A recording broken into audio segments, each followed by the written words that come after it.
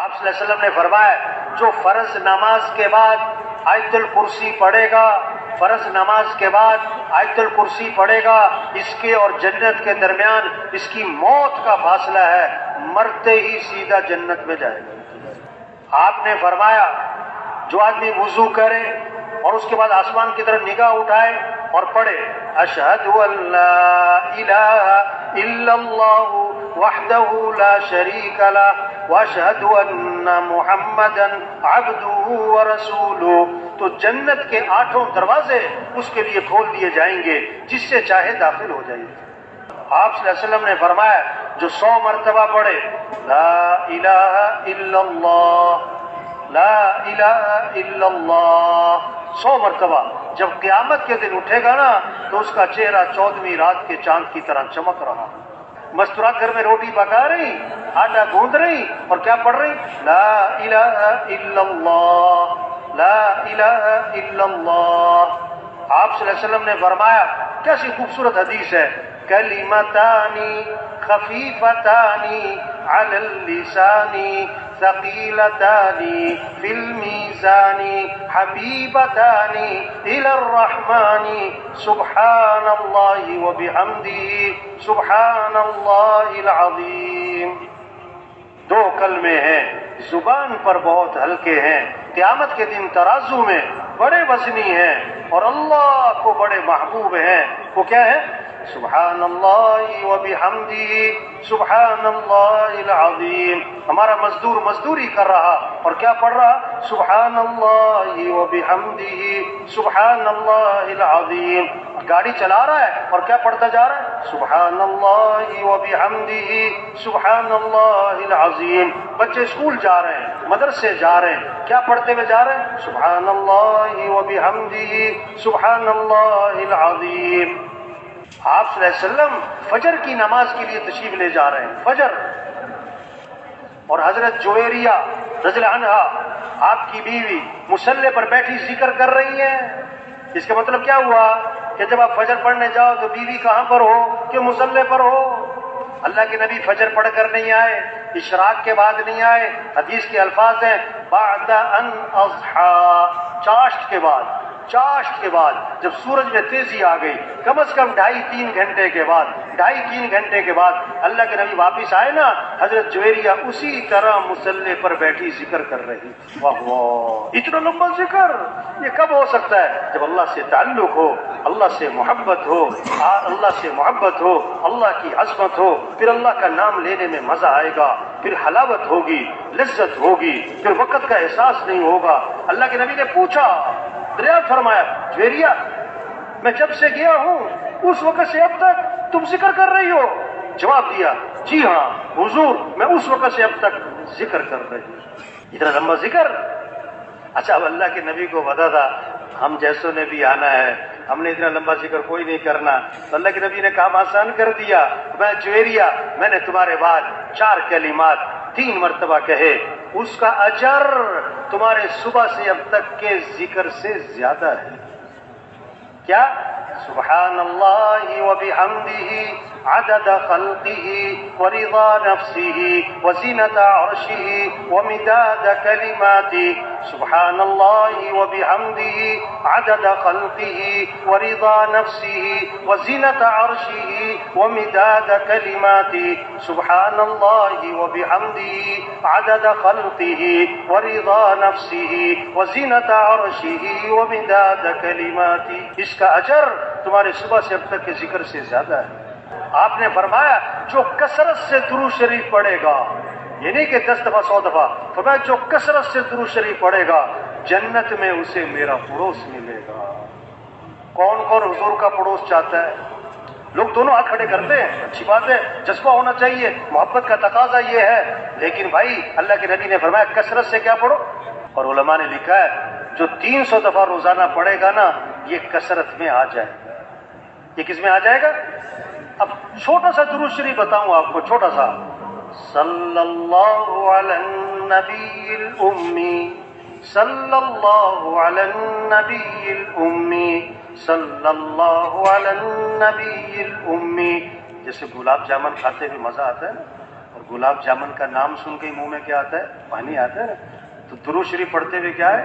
مزہ. آپ صلی اللہ علیہ وسلم نے فرمایا جو ایک مرتبہ درود شریف پڑھے گا اللہ کی 10 رحمتیں اس پر نازل ہوں گی, 10 گنا اس کے بعد 10 نیکیاں لکھی جائیں گی, 10 درجے بلند ہو جائیں گے. واہ واہ.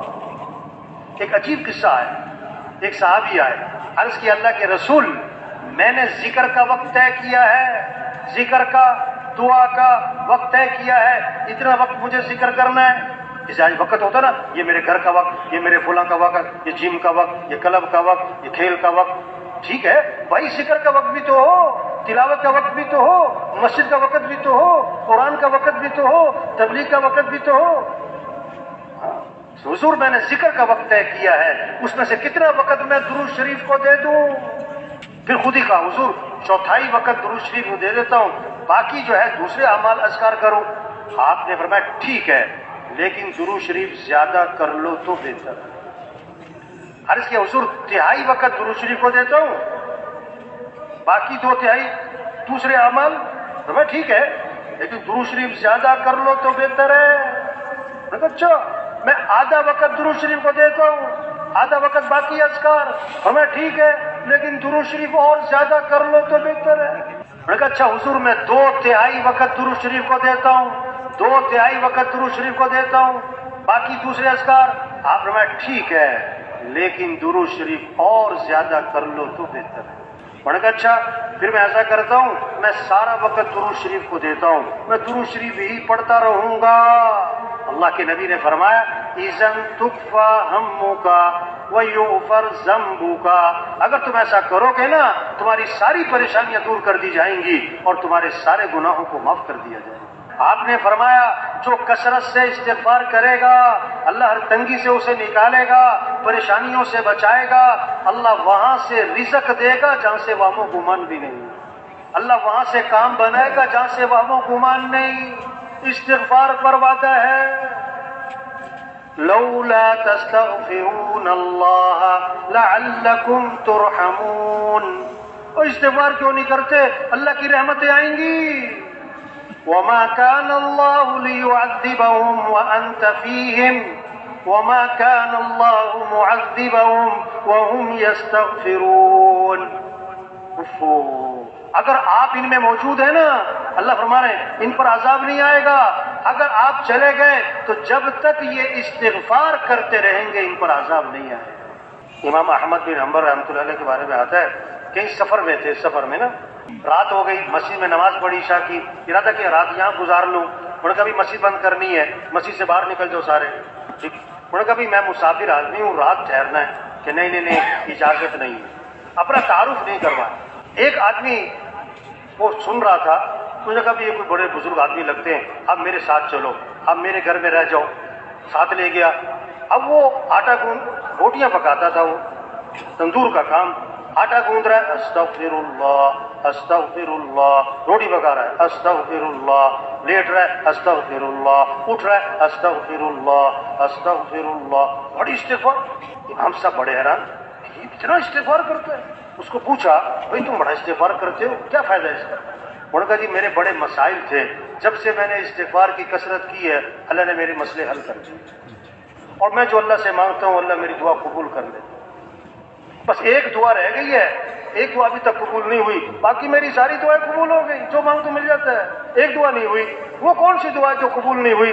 کہ میں نے ایک نام سنا ہے امام احمد بن حنبل, کوئی بڑے بزرگ آدمی ہیں, میں نے اللہ سے دعا مانگی ہے کہ اللہ میری کبھی مجھ سے ملاقات تو کروا دے, بس یہ دعا رہ گئی ہے, باقی ساری قبول ہو گئی. انہوں نے کہا اللہ کے بندے تیری وہ دعا بھی قبول ہو گئی, میں جو تیرے سامنے بیٹھا ہوں احمد بن حنبل ہی بیٹھا ہوں, اور مجھے لگتا ہے تیرا استغفار ہی مجھے کھینچ کے لایا ہے. ایک صحابی آئے, عرض کیا حضور رات مجھے بچھو نے ڈس لیا, رات مجھے بچھو نے ڈس لیا. آپ نے کیا فرمایا؟ اگر تم نے یہ دعا پڑھی ہوتی تو بچھو تمہیں نقصان نہ پہنچا سکتا. اعوذ بکلمات اللہ التامات من شر ما خلق. صبح کس سے مانگے, شام کس سے مانگے, دن رات کس سے مانگے, کس سے مانگنا ہے؟ حضرت عبداللہ بن عمر رضی اللہ عنہ فرماتے ہیں حضور صلی اللہ علیہ وسلم اس دعا کا پڑھنا کبھی نہیں چھوڑتے تھے. جس دعا کو اللہ کے نبی کبھی نہ چھوڑتے ہوں، آگے فرماتے ہیں نہ صبح چھوڑتے تھے نہ شام چھوڑتے تھے، وہ دعا کتنی عام ہوگی. کیا؟ اللہم انی اسألک العافیۃ فی الدنیا والآخرہ. اللهم إني أسألك العفو والعافية في ديني ودنياي وأهلي ومالي. اللهم استر عوراتي وآمن روعاتي. اللهم احفظني من بين يدي ومن خلفي وعن يميني وعن شمالي ومن فوقي وأعوذ بعظمتك أن أغتال من تحتي. اللہ کے نبی اس دعا کو نہ صبح چھوڑتے تھے نہ شام چھوڑتے تھے. اس پر آنا ہے، اس پر سب کو لانا ہے. ہم دعاؤں کا اہتمام کریں. صبح آنکھ کھلی ہے، آنکھ کھلتے ہی ہمارا ڈاکٹر صاحب، ہمارا وکیل صاحب، ہمارا جج صاحب، ہمارا مزدور صاحب، ہمارا ریڑھی والا، ہمارا زمیندار، ہمارا جھونپڑے والا، ہمارا محل والا، آنکھ کھلتے ہی کیا کہے؟ الحمدللہ الذی احیانا بعدما اماتنا والیہ النشور. اب بیت الخلا جا رہے ہیں تو بیت الخلا جانے سے پہلے کیا پڑھے؟ اللہم انی اعوذ بک من الخبث والخبائث. بیت اللہ سے فارغ ہو کر آئے، فوراً زبان پر آئے غفرانک الحمدللہ الذی اذهب عنی الاذى وعافانی. دعائیں ہیں، مسئلوں کا حل دعاؤں میں ہے. اللہ سے مانگنا ہے. صبح کی دعائیں ہیں، شام کی دعائیں ہیں، گھر سے نکلتے ہوئے دعا ہے، گھر میں داخل ہوتے ہوئے دعا ہے، بازار کی دعا ہے، ہاں ہر موقع کی دعا ہے.